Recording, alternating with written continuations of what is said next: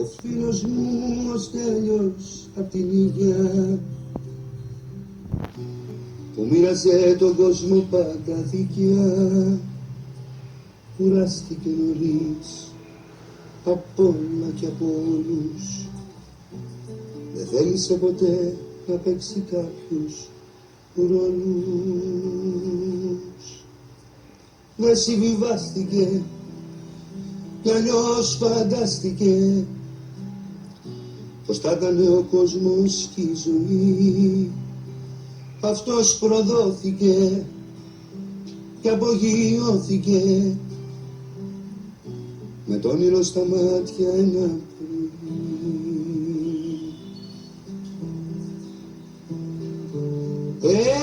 Έντυσε το όνειρο νωρίς στην τελευταία τη διαδρομή του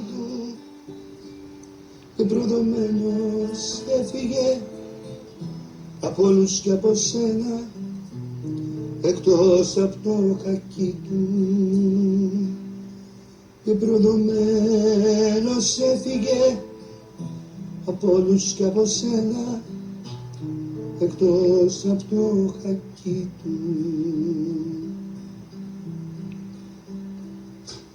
Ο φίλος μου ο Στέλιος σε ένα γράμμα του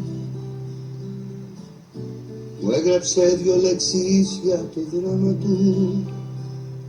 Αγάπησε πολύ εσένα και τους άλλους, ζητούσε τη ζωή στους δρόμους τους μεγάλους. Έντυσε τον όνειρο χακί στην τελευταία τη διαδρομή του και προδομένος έφυγε από όλους και από σένα, εκτός από το χακί του. Και προδομένος έφυγε από όλους και από σένα, εκτός από το χακί του.